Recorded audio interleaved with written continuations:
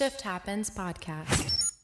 Welcome to the Shift Happens Podcast, where we explore the latest trends and technologies transforming the future of work. In this episode, we sit down with Nate Beck, Office 365 and Collaboration Enterprise Lead at Johnson Controls, about how their organization rapidly adopted Microsoft Teams and built a Digital Champions program during the pandemic to drive digital transformation. We'll hear how strong executive leadership support and cross-functional partnerships were key to their success.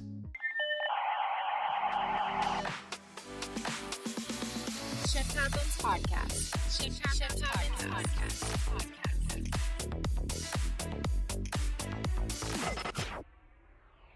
So with that, how's the transition been? So I imagine like Johnson Control has been around forever, and now this has literally changed the way you've engaged from basic communications to now town halls, right? Like, has that been well received, or people had a hard time adjusting? Little of both. I mean, and that kind of goes to the topic we're talking about today with just the whole transformation.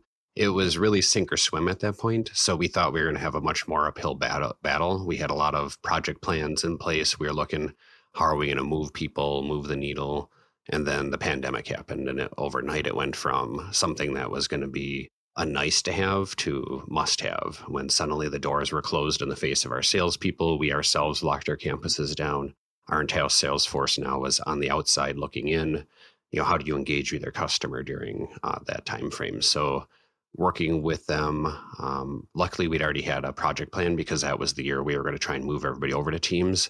But we went from only 20,000 global users of Teams to 90,000 in 3 months.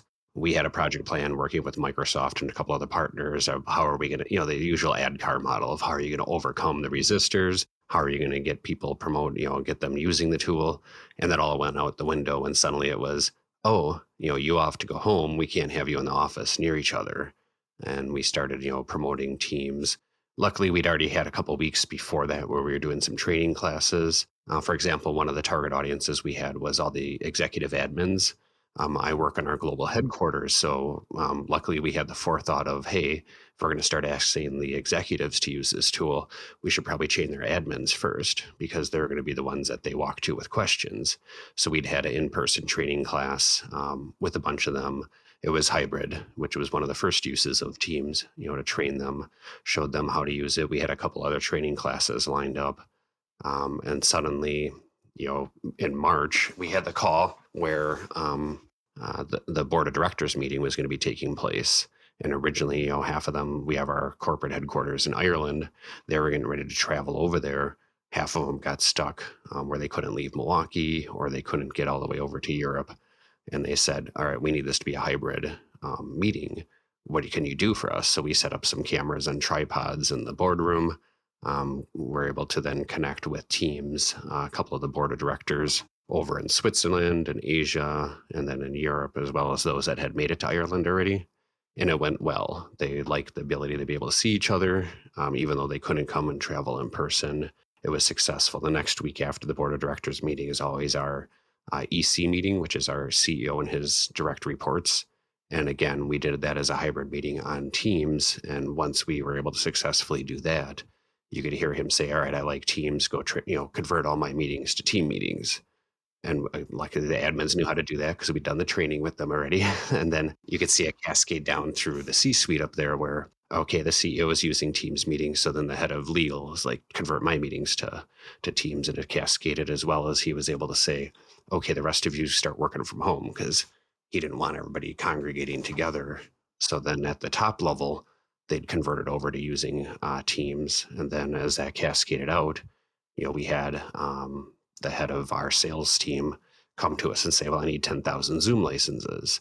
And at the same time, as you remember, a lot of the executives, not just in Johnson Controls, but across the world, were saying, hey, we don't know how long this is going to last. We got to really watch our spending. So when they said, we need to go procure more licenses of this, they said, our CEO turned around and said, well, Teams works fine for me. Why can't you use it? And, that was able to stop that at that level. So then we worked with the sales team to do training for their whole organization, where I was really impressed with them. So our team then partnered with them in communications, where they did role-playing exercises. They did a weekly Teams live event where they were training their 10,000 Salesforce people how to use Teams to engage with a customer. They had real life examples, success stories, and they just kept doing this as an ongoing series and lessons learned, and then posting everything out to their SharePoint site with the FAQs and everything to really drive adoption across the sales org. I have a question that's fascinating. It's actually interesting to see the sequence of events and how it starts to, it's almost like a organic movement that occurs. We often talk to organizations that through a similar experience, but they got stuck at using Teams for just calls and communication, not for all the other collaborative aspects of it. How has the organization really started to evolve in that side of what the application can offer in the productivity space? Yeah, so while we were doing that, as you mentioned, just converting people over on the calls of it, because we had audio conferencing, we had desk, phones and everything. But part of the problem too was most of those phones were sitting on desks back in an office that was now a ghost town. So we'd already had a group looking at moving a lot of people to the virtual phone. So for example, all of IT had lost our desk phones years before that. For a while, we were on the Skype version of that phone for the soft phone, or like the Avaya client.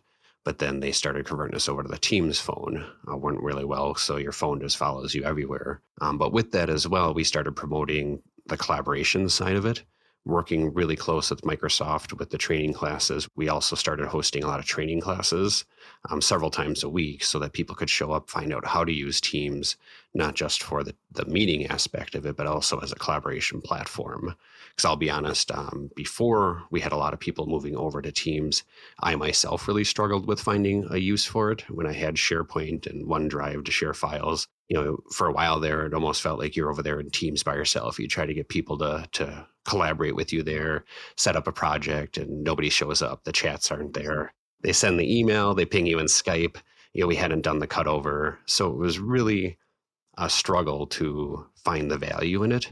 But once we had everybody over there for the meetings, then they started staying there for the collaboration. So we started showing them, here's how you can stand up a team. Microsoft threw a lot of development effort into Teams. So if you just remember, there was stuff on the roadmap for 2 years out that suddenly happened where it showed up in Teams. And also just partnering with our customer success manager. And you'll hear me use that a lot as we talk, is just that partnership. Because it was across the board. It was with, like I said, with the sales organization, with the business. They were all coming together, brainstorming, how do we use this, as well as then really the shift in the mindset, even with our leadership over the past years, as they started looking towards that digital transformation, was not just, vendor customer relationship, but really that partnership. And that really started to shift then, because then we had a lot of resources with Microsoft where they were offering training classes for us. So we were doing co-training, and then we started using that to develop FAQs, develop out SharePoint sites. And it really evolved over the years then. And now we kept that. They like that weekly office hours so much, but that eventually evolved into a session I run every week now called Ask the IT Expert. And it's become even part of our IT change management process. So if there's a large change coming, large project about to hit, that we'll have people come on and talk. We have people from across the business that show up with that weekly hour-long series.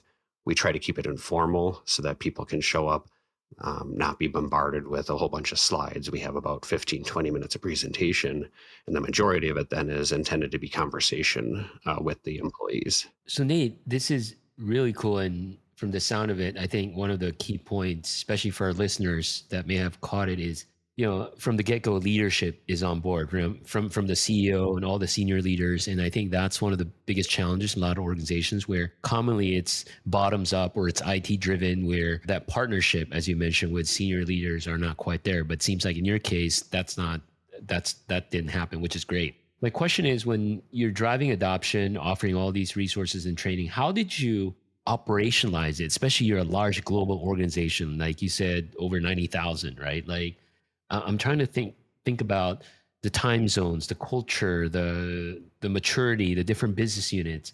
Can you talk more about that? How it was organized? But it was the partnership. It was really then, there was times I'd be on a call late with like the field IT organization for Asia, be able to train the trainer and really roll that out. So that then, and even partnering with Microsoft to have some training classes in the Asia time zone, recording those, posting them, but really then empowering each of the business units to be able to meet the needs of their employees in the local time zones and languages. And that's what the key was really kind of cascading that information. As you mentioned, once we had buy-in from the top leadership, that was so important because it kept everybody focused on a common solution. Because we had probably 5 or 6 different video platforms within the company, a lot of different document management, all sorts of tools. And as we really started to coalesce onto Teams, for example, it gave us a common platform so that as we trained one group, they could take that out, share the best practices. So like one of our business units, as I mentioned before, we were working with them for their sales org. There was another large business unit that had the same need. So they basically copied a lot of the materials and then shared that with their org. So that it was really became that best practice sharing across the organization. So regardless of time zone or location, we could all learn from each other. And there would be times where I'd be learning from what Asia was doing and vice versa. That's great.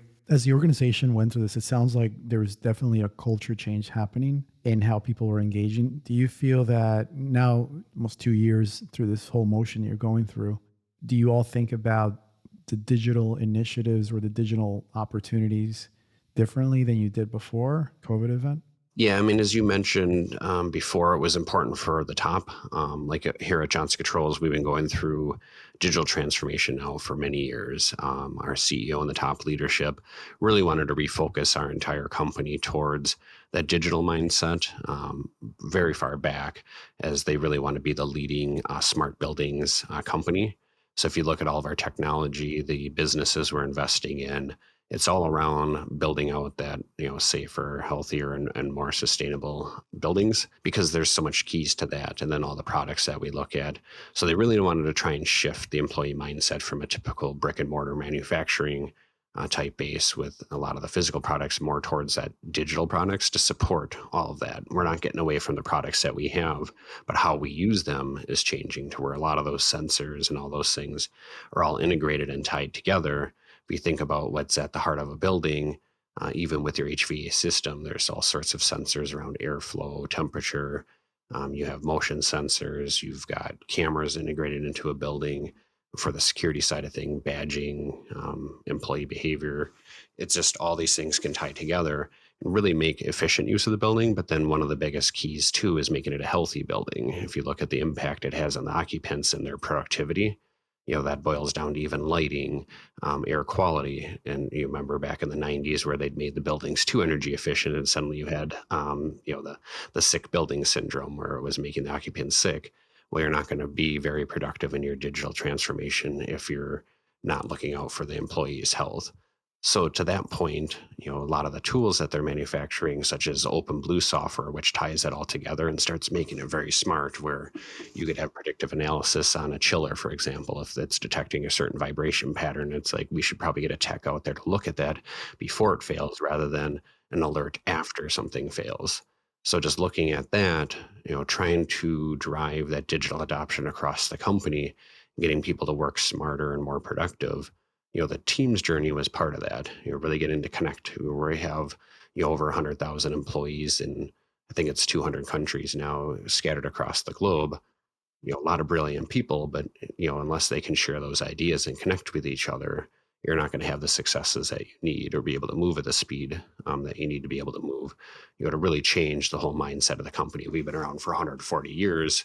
So if you think about how much technology has changed in that time, and especially now in the age of big data and analytics, and even now as we're bleeding into, AI, which has really taken everything by storm, because now you can actually make efficient use of all that knowledge and be able to use it in a smarter way. That's what we're trying to drive towards.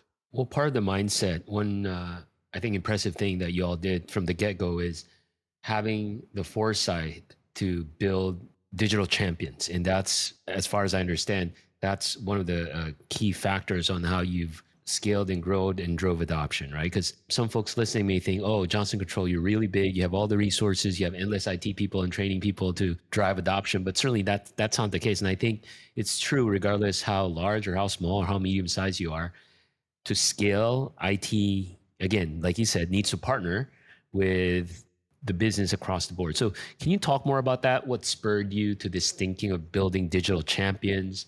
how you scaled it? What does the program look like, and how is it like today? That's another story of the partnership. That was something that, as we were heads down trying to build out, get everybody onto teams, make sure that they could keep working from home, that they could work efficiently.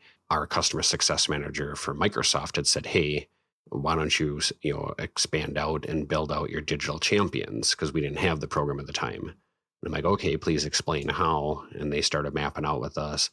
And then before we launched it, in fact, it was probably a year after a lot of this was already taking place because it took a lot of time of planning. We didn't want to recruit the champions, get them excited about it, and then have it fall flat on its face. Because I'd seen that when we first rolled out Office 365 13 years ago, somebody had started a champions program. And it was one of those things where you drummed up the excitement. We had all the meetings.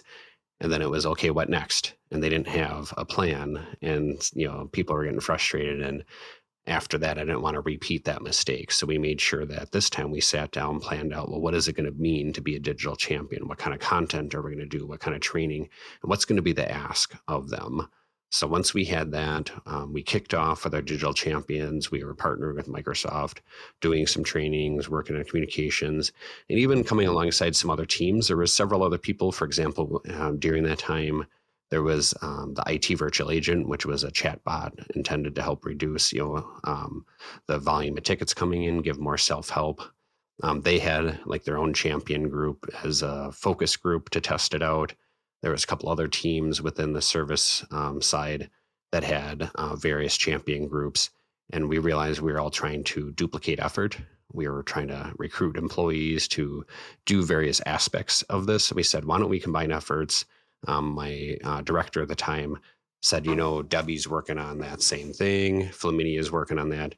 Why don't you talk? So we met, and that's when we combined efforts, and we'd all launched the champion program together. Part of it then was working with, like, for example, Flaminia, who's part of our digital employee experience. She's driving that. So she had the SharePoint site. So all that information that we gathered around how to use the tools, we started putting that together in her SharePoint site. And she worked with focus groups to really design that site to find that same information multiple ways, so that it's real easy to be able to direct employees there to learn everything about the digital workplace. It's all a one-stop shop. And then working with them to stand up and look at what training we're going to offer for the digital champions. We kicked that off, and then it really grew much faster than anticipated. Next thing you know, we got about 400 people in the champions group. And then working with Microsoft, they helped connect us with another partner for Changing Social, where they offered digital champions as a service. So then we partnered with them and relaunched the program. So we'd kicked that off in June of 2021 was the original launch of our program. And then we quickly grew beyond what the handful of us and the steering team could really manage. So then again, partnering, we partnered with somebody that could help us with that. Really sat down, mapped out what was going to be the next phase, and relaunched it in January of 2022. And I was very pleased with how many of the champions came over. A lot of times when we relaunch a program, you lose a lot of people along the way, but there was such excitement, that we quickly ramped that up. That was one of my stretch goals, was to max out that program, because we had agreed that we would fund up to 500 champions. And I had that mapped out for, okay, by the end of the fiscal year, maybe that'll be my stretch goal to get that program filled up. And between the efforts of all of us, it was within only a couple of months that we had that capped out. We had people from every corner of their business. So you had people from the field services in there. You had your executive admins. You had people from communications. You had people from every one of our business units represented there in every region. And with that, then being able to upskill them and train them, we encourage them to take the information they learn, take that back to their departments, because 500 is a drop in the bucket when you're talking about 100,000 employees. But at the end of the day, they have that multiplier effect, because it's been amazing to watch. There's been people that have taken the information they learned, went out there. For example, one guy built an application that was helping the field installers. Before they had to require proof. So you finish a security camera installation at like a large retailer. They wanted pictures from certain angles. They wanted it all documented. This would all be emailed, maybe texted back to the field the home office. Somebody would have to compile that all together, report on that, get that report back to the customer. And you can just think how much of a mess that was. Well, they developed a Power App that they could just use on their mobile phone once they got done with the installation. It gave them instructions, snap this picture facing north, this one east, west, gathered them, renamed all the files, the pictures, compiled that together by the customer that they'd selected from a drop down. Everything was consistent and it sent it back much more efficient, much quicker to get that information back to the customer. And then one of the great things about the Digital Champions is we have Digital in Action series, which is every month we get the champions together and we try to highlight some of these success stories so that they can see what others are doing. Well, that was in our security installation business, somebody from our fire installation business. So they install like the fire detection system said, well, we need to do the same thing with our customers. Can you help me build that app for our side of the business? And he was able within a couple of weeks to copy that and then now turn around and get that same return on investment for their side of the business as well. So those kind of success stories are what really motivate us then, because it's really exactly what we're talking about with the transformation of the digital side of the business. What do you think are the good characteristics of a champion? We speak to a lot of organizations, and I think getting the champion network activated is always, a really critical component to success. So be great if you can share, what is that profile we should be looking for that makes a good champion? Really just the hunger to learn, because like I said, you look at the skill level, and that's what we were trying for. Is we didn't want just a bunch of programmers to show up, people that already kind of had the tech knowledge. We've got engineers in there, but then we've got people that just are looking for an improvement. We have what Flaminia developed as well as part of that is what we call a resolve it together, and it is spelled IT. So it's an option where people that are in the champion program have an idea, but they're just not quite sure, okay, well, how do I do that? So then we can pull together and do a hackathon where we can pull together and champions and other people with an IT and say, okay, here's the improvement you want to do. Well, what do we need to pull on to do that? So we wanted to really make it open to everyone, and we've stressed that all along. So we encourage our champions then to share their ideas. So we've had people with some really complex applications share. And then we've had somebody last week that just was talking about how they use Viva Insights and some other tools to increase their productivity. It didn't involve any code, but it was just showing, here's how I effectively use the tools.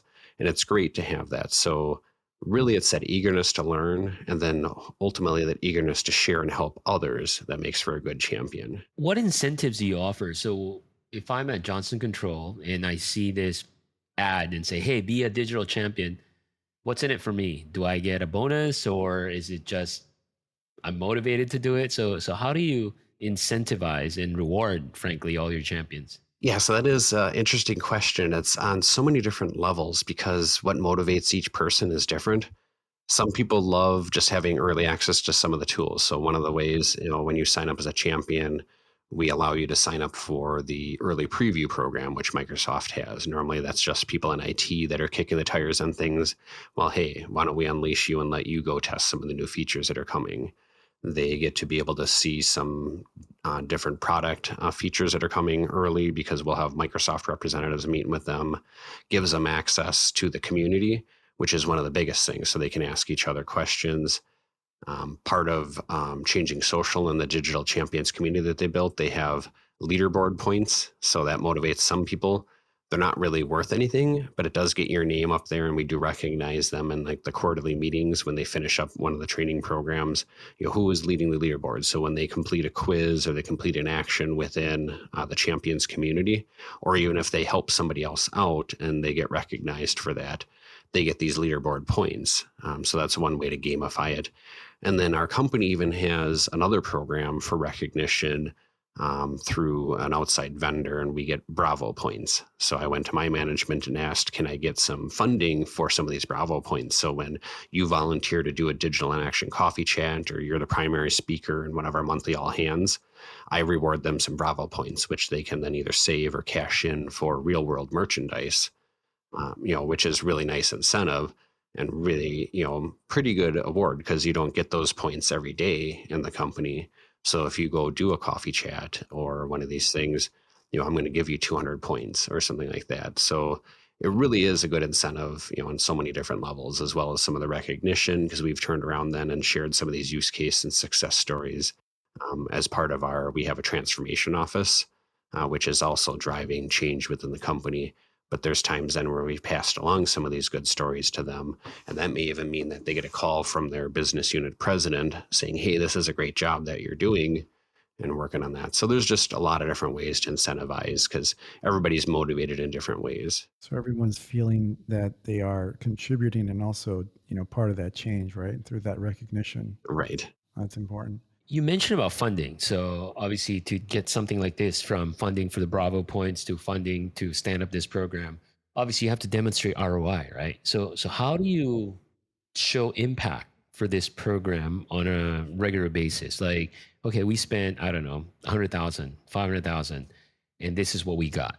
How do you do that? Very good question. So we're actually doing an exercise with that right now to where we are collecting those success stories from the champions, and we're going to bake that a little bit more into that as we were kind of running before we were walking for some of this stuff. The KPI part of it, we're like, hey, really need to make sure that we're documenting this in a better way. So that's what we're really developing and maturing now. One of the good use cases was team down in Mexico, where then they had access through that Resolve It Together, where they were working on an application which would actually notify the plant managers of downtime for machines, so they could reroute things and help manage that, and also then mitigate that so that they could get notifications in teams around different production issues. I think they've estimated they're going to be saving like $1 million over the year. And that's now an application that they've built, which is repeatable. So they're going to start rolling that out to other plants. So not just that one plant that developed it. Where do they sort of initiate communication from? If it happens to be, Teams, let's say, because that's where I'm making my calls, communicating with my peers, handing, files. And I'm curious as to what else is part of that digital fabric besides Teams to make your business continue to perform and remain competitive. Are you thinking about nesting in other business applications into that unified experience? If you could, Nate, if you could talk about that a little bit, that'd be great. Yeah. And that's been one of the things, for me, I focus a lot on the waffle menu, as I call it, over in the O365, because a lot of the collaboration tools over the years have collapsed down to that, and that is in my space. But to your point, that's not the only tool that an employee needs to use throughout their day to be successful. One thing has been allowing some of the third-party plugins into Teams, moving things in there, leveraging tools such as Viva Insights to plug in there. We did work on then like Viva Connections, where our intranet is now pinned in Teams. And then also working with people to show them how to effectively use that. For example, a lot of the teams that I use, I love using when you add an app to a team site, the website. It's just the generic where you can plug any URL in there.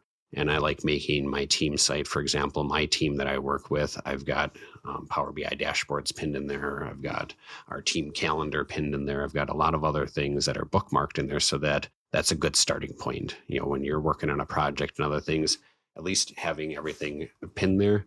We've had teams come to us, for example, with Salesforce, to where they're using SharePoint to be the document repository where they can save files there, where they can connect that to somebody's Outlook calendar so that when they need to go schedule a meeting, it's all tied and synced there. So making the tools work together rather than against each other, so that people become very familiar with those common platforms and been able to leverage the strengths of those different tools so that they can just be much more effective. But a lot of it can all be tied back into Teams through various means, so that, again, you have that single pane of glass where you can spend most of your day. That's great. And how do you see new employees coming into the environment, adapting that? Are you also thinking about a learning path for them that helps them realize, it's a combination of bringing all of these tools together to create that collaborative experience? Yeah, we're working on improving that, as that's always an area of continuous improvement. As I mentioned before, my colleague Flaminio over in the digital employee experience has been working very closely with HR, mapping out some of the different personas, what kind of devices is best, and what's the best onboarding experience with them, as HR is looking at developing that, moving beyond the checklist, because that's not an effective way for onboarding, but actually building out tools and methods so that you can automate some of that. And I'm going to be looking a little bit at like Viva Learning for some of those Microsoft learning pathways. But part of that onboarding experience was, for example, that modern workplace website that Flamini built. She's got an onboarding section in there to help walk employees through, all right, here's how you can get up to speed.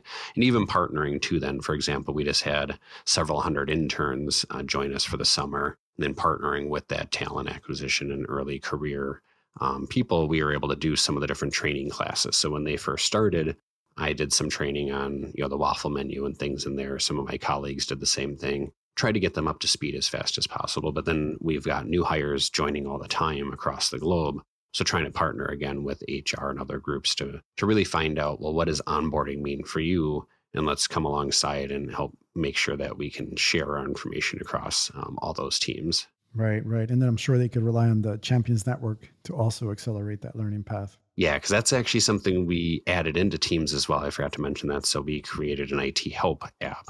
So we pinned that on the left rail of everybody's Teams. And one of the tabs in there is actually Ask a Champion. So then our champions that have volunteered, you can filter on skills. So if somebody needs a question on Excel, you filter on that and by language. So if you're looking for an Excel expert, that can speak Chinese, they can go in there, filter on that, and ping them. I do remind everybody that, that's not their primary day job, but they've volunteered to help answer questions. So to give them a little bit of grace, that's if you really have a problem, go to the IT virtual agent and open up a help desk ticket. But if you've just got a question, we'll lean on the champions, ask them. And that's where then we give them leaderboard points and other incentives as well. If they help somebody, that gets reported back and we say, okay, well, thanks for helping them. And it just helps motivate them to stay engaged. That's kind of cool, actually, where it's kind of like as large as Johnson Control, right? Like, for example, I'm sitting here, but I do want to find somebody who can speak Chinese, who's really good in Excel, and I find somebody in Singapore, Hong Kong. Now you just made that connection that normally wouldn't have happened, right? Exactly. Again, trying those multi-channel approach. We've got the Viva Engage, what used to be Yammer communities, where people can go post questions, encouraging them if they forgot to ask a question during that hour-long training session on Thursday for Ask the IT Expert. I remind them every week in there that, well, if you forgot to ask it here, go out there and drop a question. And it's great to see the crowdsourcing, because when we first started that Yammer community, it was just me and my team answering questions. Now there's a lot of times a champion will get there and beat me to it, before I have a chance to go answer the question. That's awesome. Well, Nate, it's been a really insightful conversation. I mean, we can go on and on. And before we wrap up, for a lot of our listeners, I'm sure a lot of them are impressed and excited on your journey and your continuous growth. If there are 2 or 3 key points that you can leave behind to make shift happen in their organization to really maximize the digital workplace, what are some of those actionable tips and advice you can offer? First one would be the planning. That was something that I had learned before when watching the Champion program fail, more than a decade ago, was that lack of planning. You can have all the excitement and the zeal in the world, but without a little bit of planning to be able to support them and figure out what's next, it's going to fall flat on its face. Because once you build up the momentum, you want to keep it going. And that's what we've been really focusing on as our steering team and everything, is just really maximizing that momentum so that we can keep building and adding onto it rather than falling backwards. And then the other thing too, as we've mentioned over and over again here, is that partnership. I would not have been successful without the close support of our communications team, because you can have the greatest program in the world, but if nobody hears about it, or you aren't effective in your communication, because even having them reword some of the materials we're sending out, because I mentioned it's not just IT in our Champion program, it's every corner of the business. And what makes sense to me in IT doesn't always make sense to somebody out in the business. So having comms be able to reword some of that, or shrink it down to make it more impactful, was huge in just planning out that communications.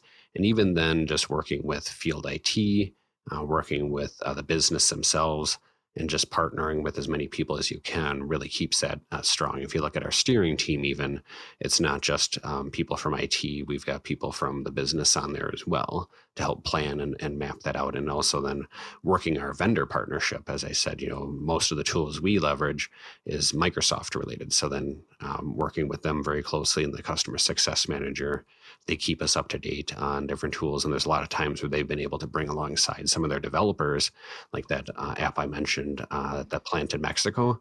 Well, that was in partnership then with Microsoft, where they said, "Oh, that's a really good idea. Let's get you some experts," and they worked together with our citizen developers to really make that world-class app. Wow. I learned so much. Plan before you build. Momentum keeps you on path, and then make sure partnerships are not just across the organization, but across vendors as well. Very insightful. We're so excited that you were able to share this, because we've had a lot of questions come in regarding what is almost that network that must be built to get digital transformation really truly affecting the organization and the impact it can have. Digital workplace environment is a desire we all have, but it is about people first, and making sure everyone is well connected to what the mission is to get things done, especially in an organization such as yours, where it's such a big population. But it's great to hear the story and hear how you and the team have done it. Congratulations. And it's been a pleasure. And it was so nice for you to spend time and share this with Dux and I. Yeah, likewise. Thanks so much for the opportunity. It's always fun to talk about this. And I know, like Dux, as I mentioned before, super motivational with the information he shares. So it's just, we all learn from each other. Shift Happens Podcast. Thanks for listening. The key takeaway from our conversation with Nate Beck is the importance of planning, building momentum, and creating partnerships across the organization and with vendors to drive successful digital transformation. By securing buy-in from leadership, training digital champions, and working closely with groups like communications and HR, they were able to quickly shift to remote work and collaboration. If you liked today's episode, subscribe and leave a review wherever you listen to your podcast. See you next time. Shift Happens Podcast. Shift Happens Podcast.